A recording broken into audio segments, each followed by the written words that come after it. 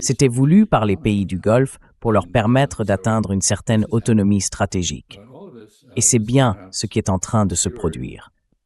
Tout cela est peut-être un peu masqué ou retardé par la fin de la désescalade convenue, qu'on appelait un cessez-le-feu, et par le retour de l'escalade de la part des États-Unis.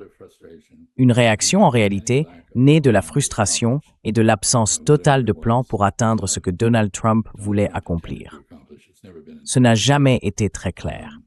Et je dirais pour conclure que je continue de penser que l'agression subie par l'Iran a suffi à convaincre les Iraniens qu'ils avaient besoin d'une dissuasion nucléaire. Et il se peut bien qu'ils en disposent déjà.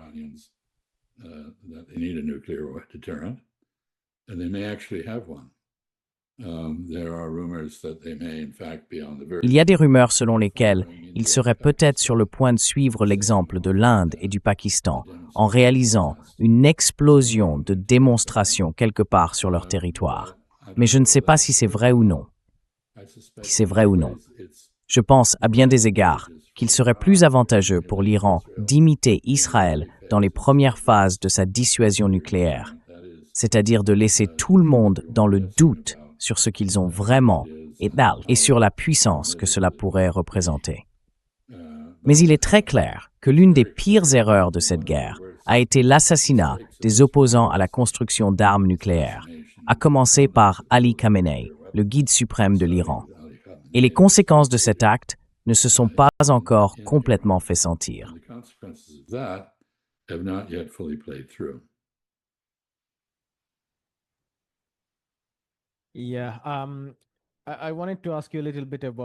Oui, je voulais vous poser une question sur Israël lui-même.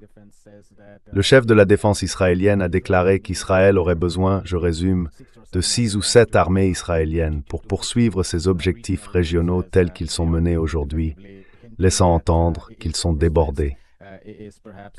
Certains disent qu'il vaudrait peut-être mieux revenir à un projet à la Ben Gourion, centré sur l'occupation, en limitant effectivement les frontières à la Cisjordanie et à Gaza. Et bien sûr, tout cela se passe alors qu'Israël continue d'étendre ses colonies. Un nouveau rapport indique que 62 nouvelles colonies ont été approuvées il y a 1 jour ou 2. Les assauts contre les camps de réfugiés se poursuivent, zone après zone, le camp d'Al-Ain étant le plus récent mentionné dans les informations. Et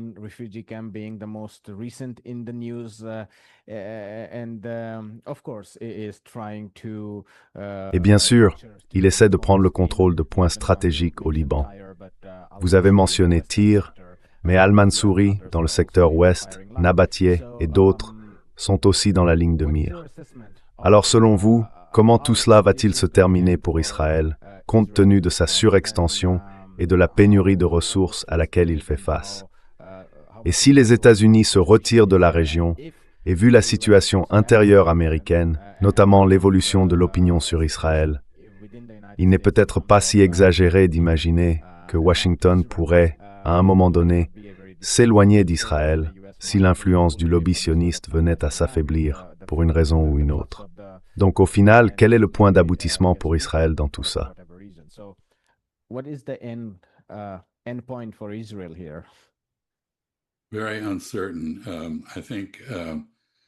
Très incertain. Je pense qu'il faut d'abord poser quelques bases pour en parler. D'abord, Israël n'a jamais, en 78 ans d'existence, ni même avant son indépendance, proposé la moindre initiative de sa propre part pour une coexistence pacifique avec qui que ce soit, ni avec les Palestiniens, ni avec aucun de ses voisins. Son approche est uniquement militaire. En pratique, Israël mène une politique étrangère sans diplomatie, entièrement fondée sur la force. Et comme je l'ai déjà dit, Israël a bénéficié d'une impunité relative. Il a été protégé aux Nations Unies par les États-Unis, qui l'ont mis à l'abri des conséquences politiques de ses agissements, de ses crimes contre l'humanité.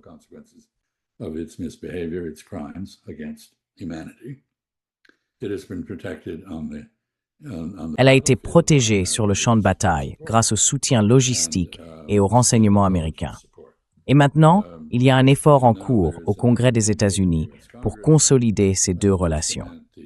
L'idée, c'est d'imposer par la loi que tout le savoir-faire militaire américain, tout le matériel et toute la technologie soient librement accessibles à Israël, comme si Israël faisait partie des États-Unis, et que tous les renseignements soient également partagés avec Israël. C'est quelque chose de profondément choquant pour tout nationaliste américain, et la réaction contre cette idée est en train de grandir. Mais en Israël, il existe une faction très influente au sein du gouvernement qui refuse d'affronter la réalité. Israël ne peut plus bombarder et mitrailler les autres sans être à son tour bombardé et mitraillé.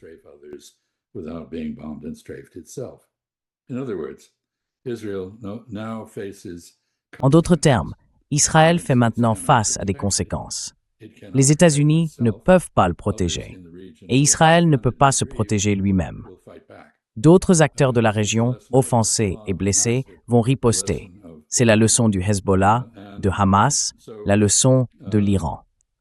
Donc, à moins qu'il n'y ait une prise en compte des intérêts iraniens et une forme de paix plus large en Asie de l'Ouest, où l'Iran a d'ailleurs déjà bombardé 8 pays, y compris Israël, l'avenir, c'est une guerre intermittente. Chaque fois qu'Israël tentera de faire aux autres ce qu'il a l'habitude de faire, il subira désormais des représailles. Et ces représailles peuvent être très importantes.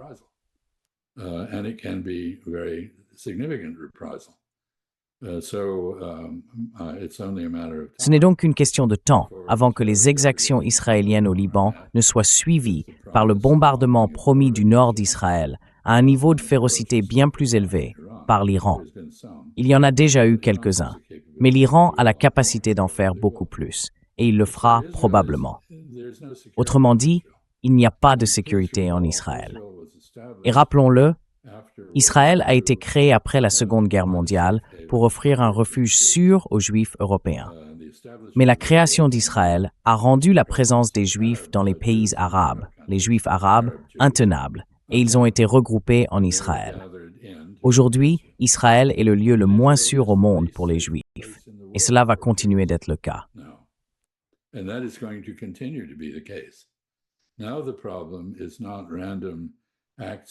Le problème aujourd'hui, ce ne sont plus des actes de terreur isolés commis par des individus en colère.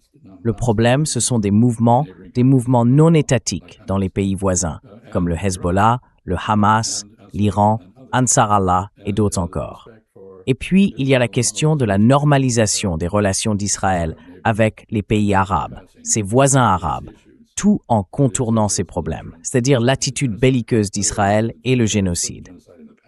D'ailleurs, vous avez parlé du génocide au passé, mais il n'est pas terminé. Il continue, de façon moins visible, mais tout aussi atroce.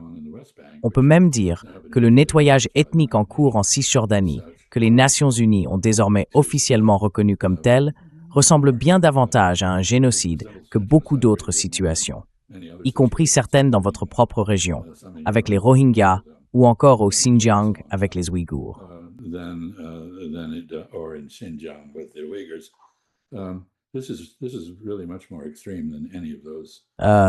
C'est en fait bien plus extrême que toutes ces horreurs, que je n'approuve évidemment pas, mais elles existent. Voilà. Et ça m'amène à un autre point. Ce n'est pas seulement qu'Israël perd du soutien aux États-Unis. En ce moment, seulement 6% des démocrates soutiennent Israël, si je ne me trompe pas. Chez les républicains, il y a encore une pluralité, mais pas une majorité, qui soutient Israël.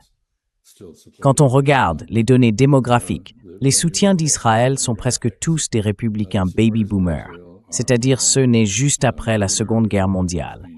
D'ailleurs, moi je n'en fais pas partie. Je suis né avant la fin de la guerre. Mais les républicains baby boomers, eux, restent accrochés à Trump et à Israël comme des berniques à leur rocher.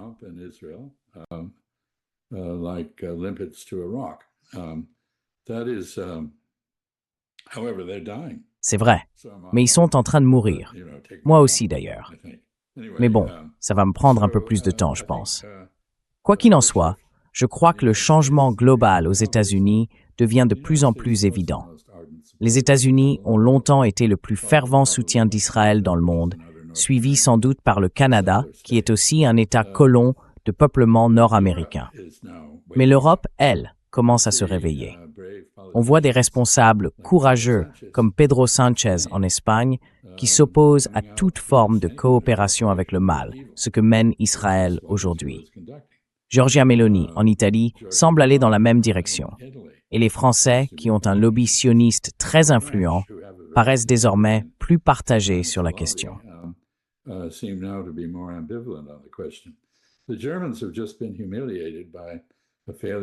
Les Allemands viennent d'être humiliés par leur échec à être élus au Conseil de sécurité, principalement à cause de leur attachement à Israël, ce qui n'est plus politiquement acceptable dans la communauté internationale. Alors, que va-t-il se passer pour Israël? Peut-être qu'il retrouvera un peu de bon sens et fera la paix avec ses voisins, qui, je pense, seraient tout à fait disposés à le faire si Israël adoptait un comportement cohérent avec la paix. Mais, plus probablement, le pays va se vider de sa population. L'insécurité poussera les gens à partir. Le manque d'opportunités économiques, la nécessité constante de courir, se réfugier dans des abris à la moindre alerte, tout cela est très déstabilisant. Et au sens littéral, les colons eux-mêmes chercheront d'autres endroits où s'installer. L'armée, d'ailleurs, est à bout de souffle, comme l'a reconnu ouvertement son propre chef.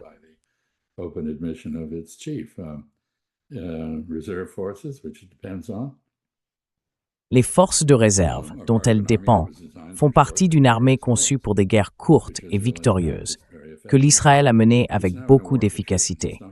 Aujourd'hui, il se trouve dans une guerre d'usure, et cette guerre ne va pas disparaître. Israël pourrait prendre tout le sud du Liban, mais ça ne le protégerait pas du Hezbollah, ni des contre-attaques de l'Iran, du Hezbollah et d'autres encore. On ne sait pas ce qui se passera finalement en Syrie, mais les abus commis par Israël dans l'occupation d'une partie du territoire syrien provoquent du ressentiment et un désir de riposte. Israël doit faire la paix avec ses voisins et avec les Palestiniens s'il veut assurer sa propre sécurité. Et je pense que cela devient tellement évident que même les sionistes les plus convaincus devront finir par l'admettre. Voilà, c'est l'essentiel. Je vais m'arrêter là.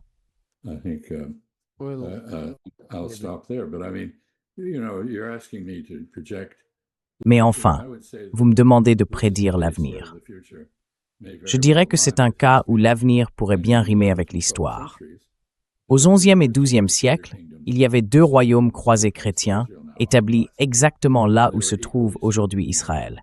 Et ils ont été tout aussi stupides dans leur refus de s'adapter ou de conclure des accords de paix avec leurs voisins musulmans et même certains voisins chrétiens arabes.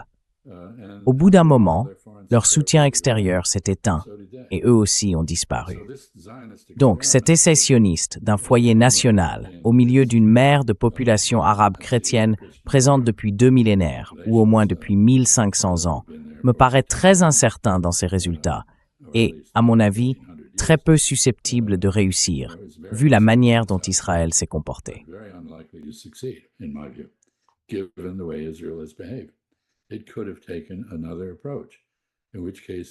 Elle aurait pu choisir une autre voie, et dans ce cas, elle serait intégrée à la région. Elle aime faire comme si elle faisait partie de l'Europe, mais les Européens sont de moins en moins enclins à l'accepter comme telle. Donc, je pense qu'Israël s'est isolé. C'est devenu un paria sur la scène internationale.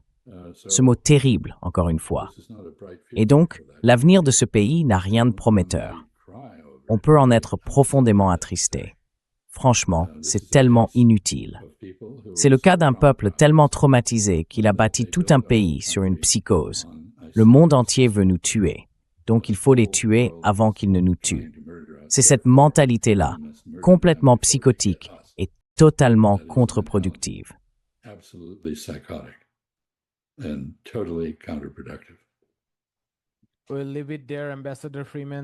On va s'arrêter là, ambassadeur Freeman. Merci pour votre temps.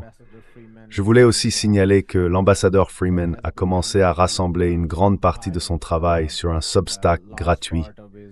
On mettra le lien dans la description, alors n'hésitez pas à aller y jeter un œil. Ambassadeur Freeman, encore merci pour votre temps. Merci Joe Tishman. Passez une bonne et agréable soirée. Hi, my name is Ayushman. Bonjour, Je m'appelle Ayushman. Avec Jyotishman, nous avons lancé cette plateforme. Depuis 2 ans, nous essayons de créer du contenu pour les forces de gauche et progressistes.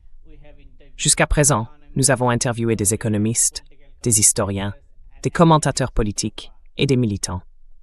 Si vous aimez notre travail et que vous souhaitez qu'on construise un véritable espace d'archives pour la gauche, j'ai 2 petites demandes. D'abord, pensez à faire un don pour soutenir cette initiative. Le lien est dans la description juste en dessous. Et si vous ne pouvez pas, ce n'est pas grave.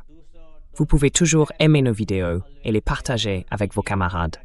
Et surtout, n'oubliez pas de vous abonner à la chaîne. Don't forget to hit the subscribe button.